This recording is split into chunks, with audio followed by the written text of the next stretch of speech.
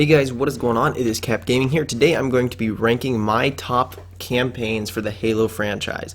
Now, a little thing that I've got to say before this, I'm only counting the first-person campaigns. I am not counting, like, I don't think Spartan Assault has an actual campaign. I've never played it before, but I'm not counting Halo 2 and Halo Wars because those are completely different games, and they have their own little storyline, even though they're starting to connect to the main Halo franchise. I'm just going to stick with the 7 main games, which would be Halo 5, okay, I'll start from the beginning, Halo Combat Evolved, Halo 2, Halo 3, Halo 3 ODST, Halo 4, Halo 5, and Halo Reach. So without further ado, guys, let's get into this list. Also, guys, one more quick thing, sorry, this is me in the editing process of this. I realized that I forgot to say some things. So this video is going to be the second video or third video that I've actually done part of my giveaway, and I thought I might as well do it at the beginning of the video, that way some of you guys know what's going to happen. So for the next couple of videos, probably more like the next month or two, I'm going to be saying I'm doing a giveaway, and there's going to be a certain word that you have to say in the comments, so that way you know what it is. These words are going to be said randomly throughout the video just to see who's actually watching the video and who's not. Whoever has the most comments, so say like this one's going to be, or the one that you need to type in for this one is C.A.P Plays Halo. That's the one you have to do for this episode, and then I tally it up, and I go through each comment section after the video, and once I get to a certain amount where I'm like, or a certain time where I'm like, okay, I'll do a giveaway. The top person will, or the top few people will get a little gift gifted to them by me. So what I'm going to do is I'll see you, I'll put you guys down, and like whoever has the most, so say someone has 15 and another person only has 1, the person who has 15 is going to be the one that wins it. This is just a way for me to see who's actually watching the videos, and me also to give you guys an incentive for watching my videos. Anyways, guys, that's all I needed for right now, and I'll talk to you when we get into the number 7 spot. So guys, coming in at our number 7 spot, we have Halo 5. Now Halo 5 for me was a game that got really overhyped because I remember seeing a lot of the videos, or like the promotional advertisements, stuff like that on the Super Bowl, and it was like Sergeant Locke holding a pistol up to Master Chief's head, or vice versa. The way they made this sound, or this game sound, was like you're either going to play as Master Chief or you play as Locke and see what he was doing during the time that Chief plays. Now I actually went through and looked before, because I did a little bit I did a lot of research on certain things. So the amount of missions where you play as Sergeant Locke is way more than Master Chief. There's only 3 missions where you get to play as Master Chief's team, whereas the rest you play as, I think it's Osiris, which, I mean, Locke's team's cool and all, but it's not the same as Master Chief, and they made it sound like they were going to have this, I mean, their fight was cool. I do remember their fight. That's like the only big thing I remember, and running down the back of the Guardian. But I mean, this game just felt incomplete. It felt like they made it to where it was like it feels like we should have had a game, like we should have had what technically would have been Halo 6, and then they should have gone back and shown us how they got to that part. That's what they made it feel like, because they give you, like, I mean, they don't give you the full story. They give you like half of a game, and then they're like, okay, this is all we need to give them. We're just gonna leave it like this. So, I mean, Halo 5's multiplayer I really enjoy, but we're only talking about campaigns right now. So, because of that, Halo 5 has to come at my lowest spot, just because the campaign didn't feel complete, and it also made it feel like Locke and Chief were gonna hate each other. But in reality, Locke was just doing his job, and Chief was just looking for Cortana. So, I mean, I don't know. What do you guys think? Let me know down in the comments on Halo 5 what you guys actually thought of Halo 5, if any of you have even played Halo 5, because I know a lot of people didn't even buy Halo 5. But anyways, guys, let's get down to our number 6 spot. Okay, guys, coming in at our number 6 spot, we have Halo Combat Evolved. Now, Halo Combat Evolved, for me, I mean, it is the thing that kicked off Halo. It is the first game of the Halo franchise. And, I mean, it's aged sort of well, but since it's an original, I think it was originally made in 2000 or 2001, this game's coming up to being pretty close to 20 years old. I'm recording this in 2019 if you're watching this in the future. So it's coming up to about 20 years old, and they did remaster it, But the reason I'm ranking it lower is because, or lower than some of these other ones, is because they remade Halo 2, but they actually remade all the cutscenes. This one is just retextures on the cutscenes, so it doesn't look nearly as good because the mouths aren't in sync. It's not anything new. The motions are still the same as it was in 2000 when they had block characters. So that's why I'm rating it lower. Well, that's one of the reasons. Another reason is because there's not much to go off of story-wise for this other than, oh no, we found a Halo, the Covenant chased us here. Because you don't really know much about Reach at the time, and Reach is what really set all of this up. But it is our first time playing Halo, so it is. I didn't want to give it the lowest spot, just because I didn't feel like it deserved the lowest spot, but this is the one that I was a little worried about, because I think that everyone else is going to be a little mad at me.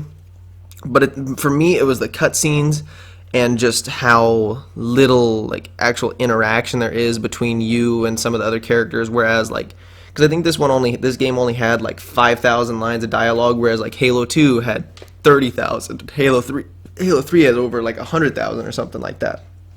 So it was just a little. This game's just a little quiet, and it made you actually feel like you were immersed in the game where it was just you. And that's one of the things I really liked about it, is that it made you, like, this was the first game like I played as a teenager that actually kind of freaked me out, because you were just alone not the whole time. Like, the first couple missions you have people, but then after that, like the flood missions, you're alone. You've got Cortana, but you don't really talk as much as you do in the other games. So you just feel alone, and it really set the stage for Halo. But it also is a game that has not, it's aged decently well, but still not the graphics that you would expect from like a remake in 2011. So that is why it is my number 6 spot. I hope you guys agree with me, and if you don't, you let me know in the comments. I'm pretty sure you will. But anyways, guys, I'll see you when we get to number 5. Guys, for our number 5 spot, we have Halo 4. Now, Halo 4 is the first Halo game that I feel like is holding up as time goes on, because I believe this game was released in 2000, I want to say 13, maybe 2014. I know it's somewhere in there. And it's only 5 years old at most, or maybe 6 years old. But it's still holding up. Like, the graphics in this cutscene, you can tell like they actually use motion capture. And I think this was the first one they actually used motion capture for. So that's why I enjoy it quite a bit. As you can tell, I'm more of a cutscene oriented guy. But, the reason Halo 4, for me, doesn't really do it is because they built off of this huge thing, they built off of this 3-game storyline. Now, that's not counting Halo Reach or Halo 3 ODST, but this original trilogy was so perfect, and this game just kind of feels like it's not even Halo. It's got the Forerunner artifacts in it. Like, the Didact is a Forerunner, I believe, and he's trying to use all this stuff that was made by Forerunners, and that, I guess, goes along with the Halo theme, but it's not really what Halo was about, and it was the first game that kind of took them away from Halo, because like Halo Reach, it wasn't about the actual Halo itself, but it was telling you what happened when, how did we get to the Halo series. Like, it portrays how the Reach people actually did it. And like, even ODST, it showed you what an ODST has to go through, being in this world where there's Spartans and stuff like that, and they are the pretty much middleman. But Halo 4 it wasn't a bad campaign. It was a fun campaign because you got a whole bunch of space flying levels. Like, you got to fly a Pelican, you got to fly something Saber. It's the same thing you flew in Halo Reach, pretty much. And it was cool. And there was actually a boss battle, or not boss battle, but it was like a quick time event, but it wasn't really a very good quick time event. I didn't really like how Halo 4 ended, but I liked it more than Halo 5, and it just has better graphics than Halo Combat Evolved, so that's why I let it be a little higher than that. Halo 4 is all around a decent game. Not amazing, but I would still pick it over the first two. So anyways, guys, that is why I picked Halo 4 to be my number 5 spot. Now on to number 4. And guys, coming in at our number 4 spot, I've got Halo 3 ODST.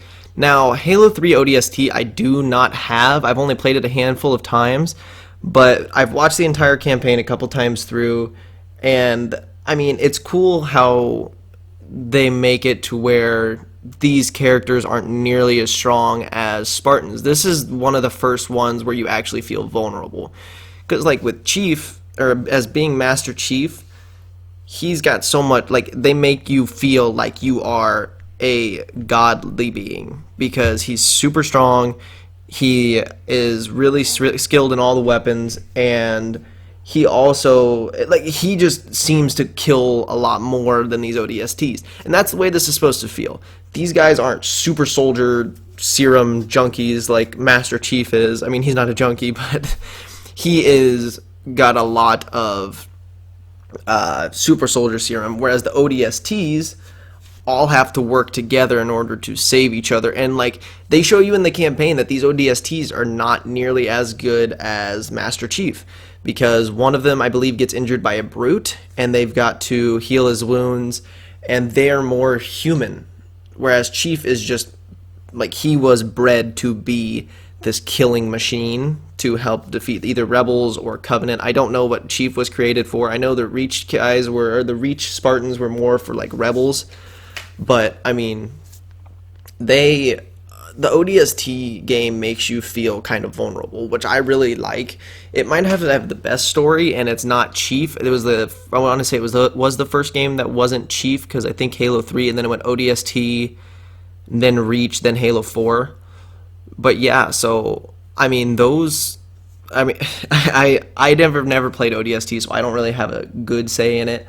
But I do enjoy that you were more vulnerable in ODST, so that's why I picked it for the number 4 spot, because it is a game that actually makes you feel like a normal human and not the super soldier, which a lot of people want to be, but it's still cool seeing what it's like for other humans other than this main character.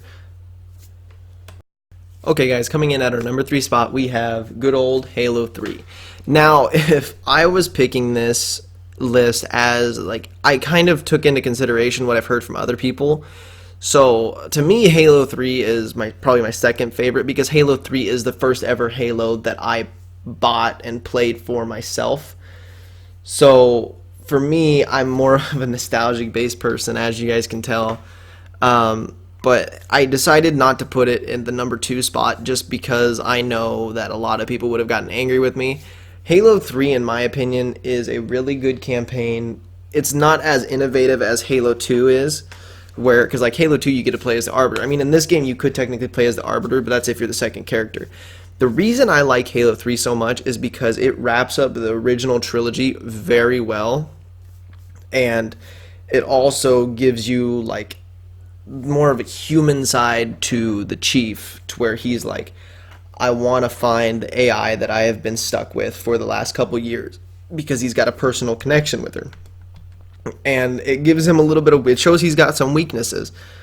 Like, he needs people. And this game actually kills off an important character, like Sergeant Johnson. He gets killed off. And you finish killing off all the prophets. There isn't a real, there is a boss battle with Guilty Sparks, but I don't really count that as a boss battle. And there's also the fight with the Prophet, to where like, you don't actually fight him, the Arbiter kills him. But I just really like this game because every new level feels completely different and innovative by itself. Whereas like some of the newer games feel like it's the same level, they just reskinned it and you're just doing the same thing over and over. This game, you like have to go find Cortana, go to a certain area.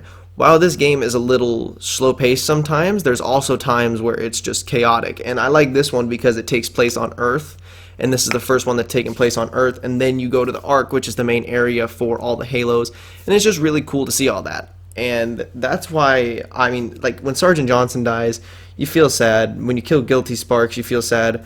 But the ending is what really gets me, because Chief pretty much sacrifices himself and the Arbiter makes it. And I think like if they would have ended it there, it would have been fine, because it would have been like, okay, that's cool. He needs to be woken up though. And maybe if they would have waited and had the same Halo storyline, like Halo 4 just doesn't feel like it goes along with it at all. So that's why I don't really like Halo 4, but Halo 3 sums up the trilogy really nicely. I need to get it going because this video is going to be really long. But anyways, guys, let's get into our top 2. Okay, guys, at our number 2 spot, we have Halo 2. Now, I know a lot of you are probably like, Halo 2 should be number 1. Halo 2 is my favorite Halo. But for me, I never played the original Halo 2, so I started playing in Halo 3, so Halo 3 is my nostalgic one. A lot of people started playing in Halo 2, maybe Halo 1, but Halo 2 was such a big step up from Halo 1 that it just works so well. Like, I probably would have ranked the Halo 2 or Halo 3 lower if it wouldn't have been my first game. Like, if I would have been playing Xbox when Halo 2 came out, it might be my number 1. But for me, it was when Halo 3 and Halo Reach came out that I was really playing Halo.